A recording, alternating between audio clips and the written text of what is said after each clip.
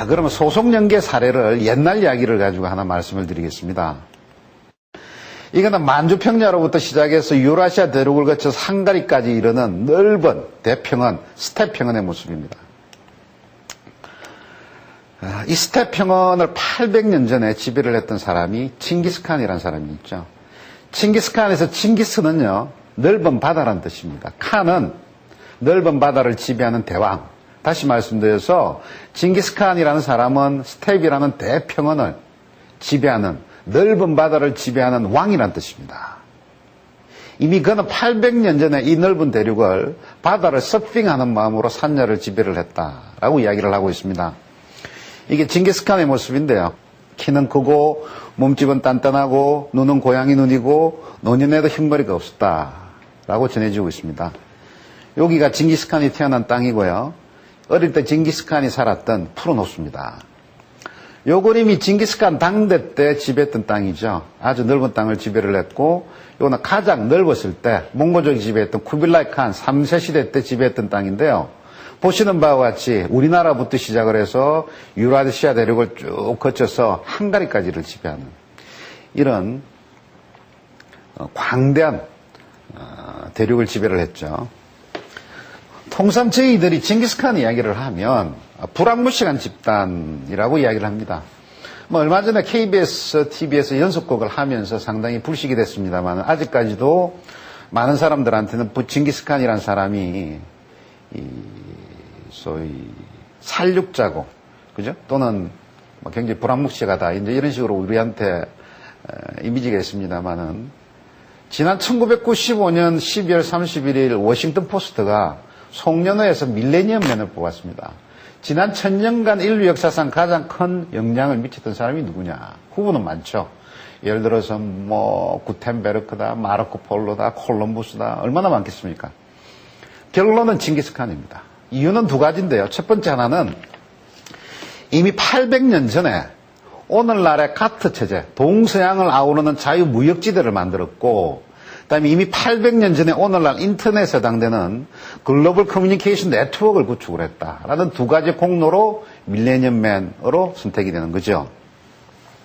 그런데 칭기스칸이 세계를 지배했던 원리가 바로 소송연계입니다. 작고 빠르고 연결되고 열렸기 때문에 세계를 지배를 했다는 겁니다. 차례대로 말씀을 드리죠. 먼저 칭기스칸은 작았습니다. 그 당시 전 세계 인구가 3억이었을 때 칭기스칸은 1억을 지배를 했습니다. 몽고 기마 군단 숫자는요, 어떤 때는 굉장히 많고 작기도 한데 5만에서 한 20만, 평균 잡아서 10만을 잡으면 10만 명이 1억을 지배를 했으니까 1당 100, 1당 1000이죠. 한 사람이 1000명을 지배를 했습니다. 그럼 가령 우리 한민족한테 이걸 적용을 한다고 그러면 우리 5천만 인구가 500억을 지배하는 겁니다. 지구의 10개를 지배하는, 그죠? 그 정도 엄청난 파워를 보였다는 거죠. 그래서 우리는 이 칭기스칸의 기마 군단을요, 인류 역사상 가장 효과적이고 효율적인 군대다라고 이야기를 하고 있습니다. 칭기스칸이 지배했던 땅은요, 보시는 바와 같이 알렉산더가 지배했던 땅의 2배, 히틀러의 3배, 나폴레옹의 5배입니다. 저희들이 잘 아는 알렉산더, 히틀러, 나폴레옹이 지배했던 땅을 다 합해도 칭기스칸이 지배했던 땅을 따르지를 못합니다. 그리고 그 당시 왔던 세계 평화를 저희들은 팍스 몽골리카나라고 이야기를 합니다. 몽고인이 가져온 세계 평화라고 이야기를 하죠. 지금 미국이 지배하고 있는 세계 평화를 팍스 아메리카나라고 이야기하지 않습니까? 그런데 평화입니까? 지금도 곳곳에서 분쟁이 일어나고 있거든요. 그 당시 몽고인들이 세계를 지배했을 때는요, 아라비안 대상이 황금 덩어리를 들고 1000km를 달려도 도둑을 당하지 않는다라고 할 정도의 완벽한 평화가 왔습니다. 그래서 이 칸에 대한 MS 마이크로소프트의 그 백과사전에서 이렇게 이야기를 하고 있습니다. 그의 제국은 잘 조직화되어 있어서 여행자들은 칸의 지배 영역 끝에서 다른 끝까지 아무런 걱정이나 위험 없이 다닐 수 있었다. 그 완벽한 평화가 왔다는 거죠. 이런 징기스칸의 성공 스토리는요, 리더십에서 출발을 합니다. 믹 예이츠라는 컨설턴트가 징기스칸의 리더십을 4E로 표시를 합니다. Envision, Enable, Energize, Empower. 각각 단어들이 이자로 시작을 한다고 그래서 4E라고 했는데요. 첫 번째 리더십의 패턴이 인비전입니다. 비전을 제대로 설정을 했다는 거죠. 징기스칸의 어릴 때 이름이 태무진이죠.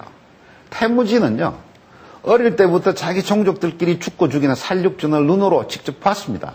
그리고 자기 아버지까지 암살당하는 뼈저린 경험을 갖고 있죠. 징기스칸이 깃반을 내겁니다. 자, 내 밑에 모여라. 모여서 우리 같은 종족들끼리 서로 죽고 죽일 필요가 있느냐. 제국을 통일을 하자라고 이야기를 하죠. 비전이 있으면 뭡니까? 비전을 실행할 수 있는 능력과 시스템을 갖춰야죠. 이걸 enable이라고 부르죠. 그리고 세 번째는요.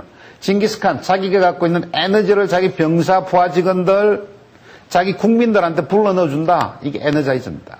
그리고 마지막 네 번째 인파워. 자기가 갖고 있는 파워를 현장으로 권한 이양을 하는 거죠. 이렇게 인비전, enable, energize, empower 네 가지를 가지고 세계를 지배를 했다라고 이야기를 하고 있습니다. 자, 첫 번째 징기스칸은 작지만 강했습니다. 강소 군대, 강소 국가를 실행을 했죠. 그 다음 두 번째요. 징기스칸은 매우 빨랐습니다. 자, 제가 골치 아픈 공식을 하나 적었는데요. 여러분들 이거 무슨 공식인지 아시죠? 기억나십니까? 이 고등학교 2학년 때 나오는 공식입니다. K equal 2분의 1 곱하기 M 곱하기 V 자성. K, 운동 에너지라는 거는 2분의 1 곱하기 M 질량 곱하기 V 제곱. 질량이 클수록 에너지가 많이 들죠. 무거운 물건을 옮기려고 그러면 에너지가 많이 들지 않습니까? 그리고 V, 속도를 높이려고 그러면 빠르게 보내려고 그러면 에너지가 많이 들죠. 그래서 K equal 2분의 1 곱하기 MV 자성이다. 이건데 징기스칸의 질량은 M, 10만 밖에 안 되죠. 10만을 가지고 K, 1억을 지배할 수 있는 에너지를 내야 됩니다. 자, 이 식에서 유일한 방법이 뭘까요? V, 속도를 높이는 수밖에 없습니다. 그래서 징기스칸은 모든 게 속도전입니다. 리데라트라는 20세기 최고의 전략사상가, 영국 사람인데요. 이 사람이 많은 이 전략에 대한 책을 썼습니다만은 전략론이라는 책에서 이렇게 이야기를 하고 있습니다. 기동성을 활용을 해서 세계를 지배했던 사람이 세 사람인데 징기스칸과 나폴레옹과 히틀러다라고 이야기를 하고 있죠. 징기스칸이 얼마나 빨랐느냐. 4,000km를 열흘에 주파를 합니다. 그럼 단순 계산하면 4,000km를 하루에 400km? 충분히 달리겠다라고 생각하실지 모르겠지만 만일 지금 여러분들한테 코란도 한 대 드리고 고속도로를 달려서 4,000km를 열흘에 주파하라? 할 수 있겠습니까? 힘듭니다. 중간에 별의별 사고가 나죠. 근데 이때는 고속도로가 있는 것도 아니고 산을 넘고 들을 가로지르고 산맥을 넘어서 호수를 건너서 그것도 말을 타고 4,000km를 열흘에 주파를 합니다. 이 사람이 징기스칸의 첫째 아들 주치인데요. 나그네라는 친구입니다. 이 주치가 징기스칸이 죽기 6개월 전에 먼저 죽습니다. 주치가 지배했던 땅이 킵차 강국, 지금으로 따지면 모스코바나 키예프쯤 되죠. 이 모스코바 키예프에서 수도인 카라코룸까지가 4,000km인데요. 이 주치가 죽었다는 급보를 전달하기 위해서 말이 달리기 시작하는데 열흘 만에 죽었다는 급보를 전달합니다. 그 정도로 빠르다는 거죠. 그래서 징기스칸 군대는요. 이런 속도를 내기 위해서 모든 병사들한테 4마리 내지 5마리 말을 지급을 합니다. 지급을 해서 전속도로 달리다가 말이 지치면 갈아타기도 하고 또 이 말은요. 병참용으로 사용을 하기도 합니다. 현대전에서 병참 라인이 없으면 백전백패입니다. 묵고 마시고 할 게 있어야 될 거 아니겠습니까? 그런데 이 당시를 생각해 보십시오. 그때가 언제입니까? 징기스칸이 지배했던 땅을 끝에서 끝까지 하면 6,000km인데요. 6,000km로 음식을 나르려고 그러면 음식 나르는 데만 100일 이상이 걸립니다. 그런데 그 당시 냉장고가 있습니까? 없잖아요. 그러면 결국 새로운 병참 라인을 개발을 하는데 병참 라인을 만들 수가 없어요. 그래서 비상식량을 만들죠. 예를 들면 이 징기스칸 군대가 가장 많이 상용을 했던 음식 중에 보르츠라는 게 있습니다. 비상식량인데 이게 요새로 따지면 미군의 시레이션하고 비슷한 거예요. 근데 시레이션 1년치가 어느 정도 됩니까? 추록 한 추록은 되겠죠. 근데 이 보르츠라는 거는 4kg 내지 5kg을 가지고 1년 동안 양식을 만들 수가 있어요. 1년 내내 이런 식으로 소떼나 양떼를 키웁니다. 들판에서. 그럼 연말에 가서 살이 찔 거 아닙니까? 이걸 이제 잡습니다. 잡아서 요새로 따지면 육포 비슷하게 만들죠. 포를 떠서 겔 천장에 말립니다. 말리면 한 두어 달 지나면 이게 딱딱한 고기 덩어리가 돼요. 이거를 절구에 내서 빻으면 이 작은 가루가 되거든요. 이 작은 가루를 어디에 보관을 하느냐 하면 소나 양의 방광, 오줌보. 방광이 신축성이 크잖아요. 그래서 보로차 한 마리 잡은 거를 이 방광 2개 통째로 다 넣을 수 있다고요. 이렇게 넣으면 대개 5kg에서 6kg 무게가 나옵니다. 이거를 말에 넣고 다니다가 배가 고프면 물을 끓이고 거기에다가 보루초를 넣으면 훌륭한 고기 덩어리가 되는 거죠. 그럼 한 끼 식량이 해결이 되는 겁니다. 그죠? 거기다가 야채 같은 거는 길거리 다니다 보면 많단 말이죠. 보루초 한 마리를 잡으면 병사 한 사람이 6개월에서 8개월 동안 먹을 수 있는 식량이 돼요. 이 사람들은 겨울이 춥기 때문에 겨울에는 전쟁을 안 하거든요. 그럼 보루초 한 마리를 잡으면 1년 동안 병사 한 사람이 해결할 수 있는 식량이 만들어진다고요. 이런 식으로 비상식량을 만드는 거죠. 그래서 이런 비상식량을 가지고 서로에서 이렇게 베니치아까지 공격에 들어가는 기민성을 보이는 겁니다. 자, 세 번째요. 징기스칸은 모든 걸 연결을 했습니다. 징기스칸의 네트워크의 하이라이트는요, 역참 또는 역전 제도라는 겁니다. 자기가 지배했던 지구의 3분의 1을 40km마다 참을 만듭니다. 요게 이제 그 당시의 지도입니다. 이런 식으로 아주 거미줄처럼 40km마다 참을 두고 이 참에는요, 말과 식량과 군량미, 장비, 병사들을 비치를 하죠. 그리고 오가는 사람들이 아무런 불편함이 없이 서비스를 하는 겁니다. 오늘날에 이 호텔이나 병원 이런 기능을 다 겸비한 거죠. 그리고 재미난 거는 이 참과 참 사이에 정보를 전달하는 사람인데요. 오늘날로 따지면 메신저가 되겠죠. 이런 사람을 저희들은 파발이라고 이야기를 합니다. 아까 제가 참과 참 사이는 40km라고 말씀을 드렸는데 이 파발들은 한 5km마다 마을을 이루고 삽니다. 사는데 어떤 이제 정보를 전달을 할 때는요. 파발이 말을 달리기 시작을 하는데 이 옆에 방울이 있단 말이죠. 방울 소리가 딸랑딸랑 납니다. 그러면 다음 파발은 방울 소리를 듣고 미리 말에 타서 기다리고 있는 거예요.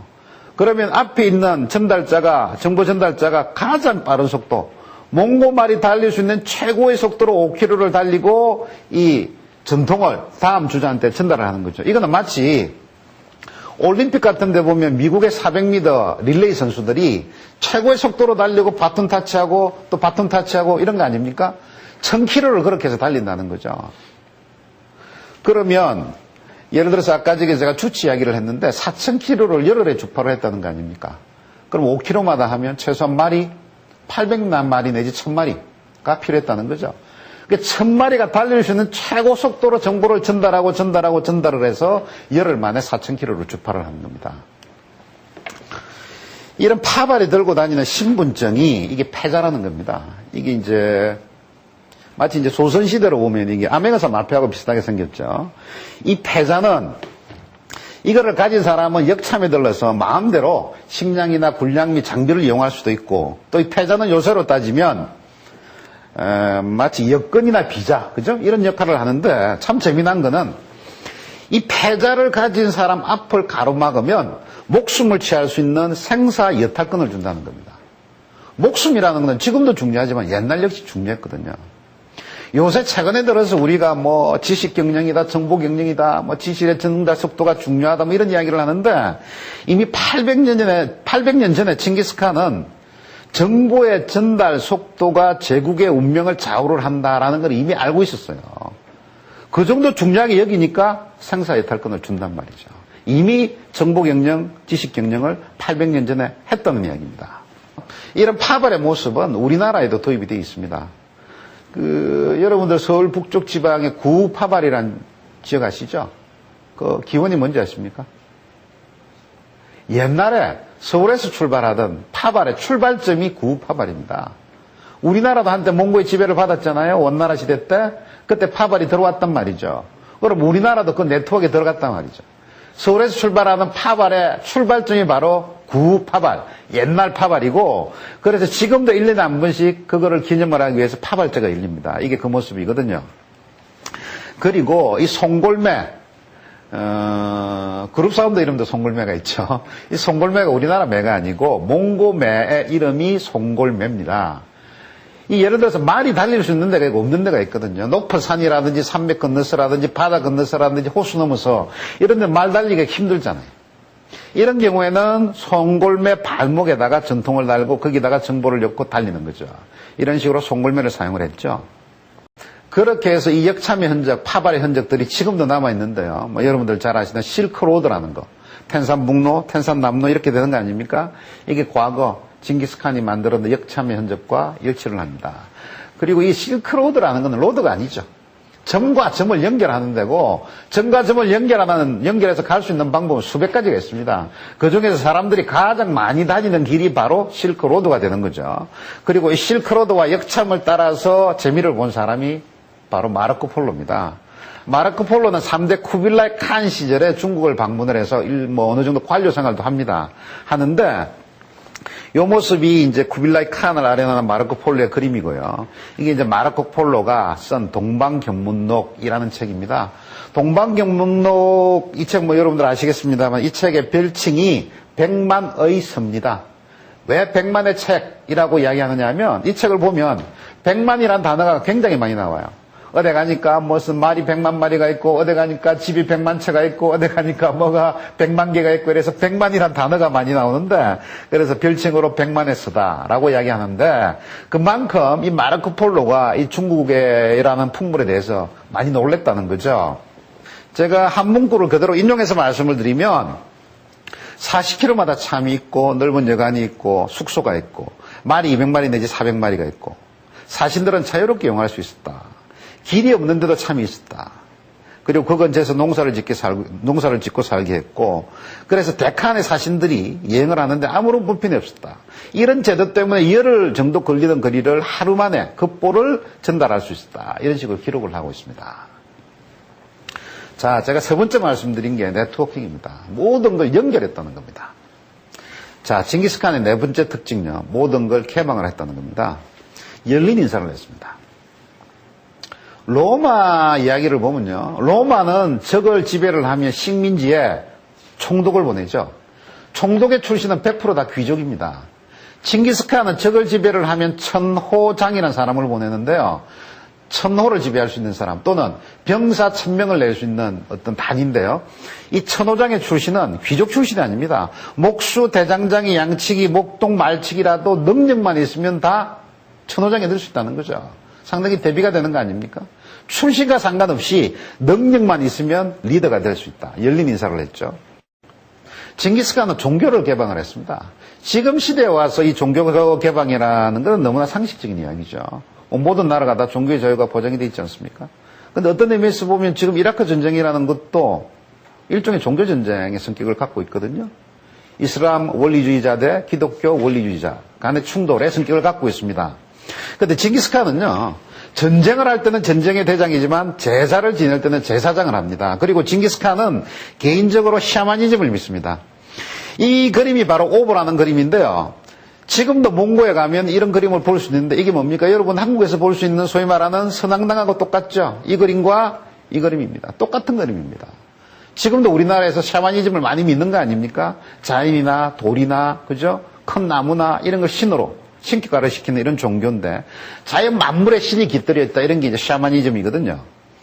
그래서 이 징기스칸은 개인적으로 샤머니즘을 믿으면서도 그 당시의 종교를 보면 수도인 카라코룸에는 기독교, 불교, 도교, 이슬람교 모든 종교가 다 인정이 됐다라고 이야기를 하고 있습니다. 그리고 그 당시 800년 전에 지었던 라마교 백탑이 이렇게 큰 백탑이 있습니다. 지금 서울을 여러분들 생각을 해보시면 이태원 위에 그 이슬람 사원 있지 않습니까? 그 사이즈가 이거보다 작죠. 종교의 자유가 보장된 상태에서 그 정도 규모인데 이 정도까지 대규모의 이 백탑이 있다는 거 보면 거의 완벽한 종교의 자유가 보장됐다라고 저희들이 이해를 할 수가 있습니다. 그 다음에 징기스칸의 스텝입니다. 징기스칸의 장자방 야율아이라는 사람은요, 몽고족이 아닙니다. 그란족 출신입니다. 그 다음에 왼팔 자파르코자, 요새로 따지면 안기부장, 정보를 취급하는 사람이 되겠죠. 이 자파르코자라는 사람은 아라비안 대상 생목인 출신입니다.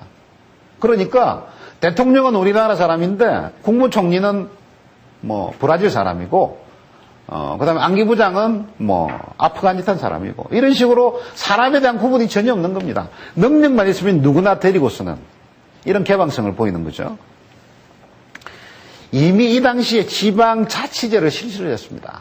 지방자치제를 할 수밖에 없습니다. 왜냐하면 1000대1 비중으로 지배를 하는 거 아닙니까?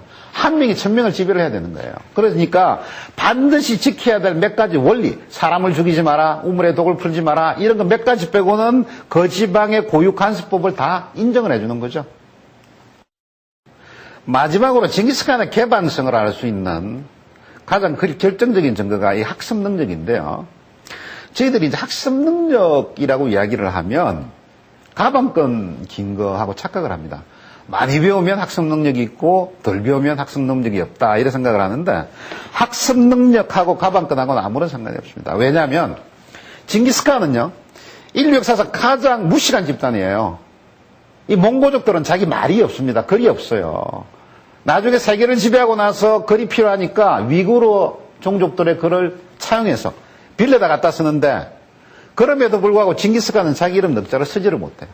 그만큼 무식합니다. 그렇지만 학습 능력에서는 세계 최고입니다. 학습 능력이라는 건 뭐냐면 자기 위치를 정확히 알고 내가 얼마나 무식하다는 걸 알고 그 다음에 두 번째는 남이 얼마나 뛰어나다는 것을 인정을 하고 그 다음에 양자 간의 갭을 정확히 인식을 한 후에 끊임없이 그 갭을 줄여나가는 노력, 능력 이런 게 바로 학습 능력이거든요. 재미난 거는 이 징기스칸이 적을 지배를 했을 때 다른 종족들은 적을 약탈을 합니다. 불을 지릅니다. 징기스칸은 가장 먼저 하는 게 타민족의 기술자를 챙기는 거예요. 기술 인력을 챙겨서 그 기술자를 달래고 얼르고 협박도 하고 이렇게 해서 자기 편으로 만들죠. 그래서 그 기술자가 갖고 있던 노하우를 다 전수를 받고 그거를 다음 전쟁에 또 활용을 합니다. 예를 들어서요. 징기스칸이 처음 전쟁을 시작했을 때 갖고 있었던 무기라는 거는요. 동물의 뼈나 가죽으로 만드는 아주 초보적인 무기밖에 없어요. 근데 나중에 학습을 많이 하고 나서 징기스칸이 이란의 니샤푸르를 공격할 때를 보면 갖고 있었던 무기의 목록은요. 창소는 기계, 노포, 화살소는 대포, 석유에 불 던지는 장치, 사닥다리, 돌 던지는 장치. 이게 뭐 요새로 따지면 거의 뭐 패트리어트 미사일하고 비슷한 거 아니겠습니까? 그 정도의 첨단 전쟁 기술을 개발을 하는 겁니다. 이게 공성전의 모습인데요. 원래 이 유목 평야에서는 성이라는 게 없습니다. 그래서 징기스칸 군대는 공성전 이런 거 몰랐어요. 이거 다 학습을 한 후에 공성전을 했고 이런 무기들 투석기라든지 이런 거는 공성전을 하기 위한 이런 무기들이죠. 그죠? 이런 거. 지금도 이제 박물관에 가면 이런 흔적들이 다 남아있거든요. 옷도 마찬가지입니다. 이게 이제 투구인데요. 쇠를 다루는 기술 아닙니까? 몽고족들은 애시당초 쇠를 다루는 기술이 없었어요. 이 역시 학습의 결과죠. 활도 마찬가지입니다. 이거는 사람 죽이는 거, 이거는 말 죽이는 거, 이거는 위협용 아주 다양하게 활을 만들고요. 칼도 마찬가지입니다. 처음에는 이런 일직선 칼을 썼거든요. 근데 나중에는 타타르 칼이라는 학습을 해서 이런 망곡도 휘어진 칼을 씁니다. 이게 이제 기마전을 한다고 여러분들 생각을 해보시면 이해가 가실 텐데요. 기마전을 하면 이제 양쪽에서 말을 타고 쫙 달려올 거 아니겠습니까? 그럼 이런 직선칼을 사용을 하면 적을 정확하게 찔러야지 적을 해할 수가 있다고요. 그런데 이런 타타르 칼은요, 이 휘어진 망곡도 아닙니까? 이 쭉 양쪽에서 달려오다가 이렇게 했는데 스쳐 지나가도 적한테 해를 할 수가 있다고요. 기마전 같은 경우에는 이런 타타르 칼, 망곡도 휘어진 칼이 훨씬 더 유리한 거죠. 그러니까 바로 학습을 하고 칼을 이런 칼에서 이런 칼로 바꾼다는 거죠. 모든 게 학습입니다. 자기보다 뛰어난 상대방은 다 인정을 하고 끊임없이 그 갭을 줄여나가는 능력, 이런 거는 바로 개방성에서 나오는 거죠. 징기스칸이 세계를 지배했던 원리를 요약해서 말씀드리면 작고 빠르고 연결되고 열렸다. 소, 속, 연, 개로 요약이 될 수 있습니다.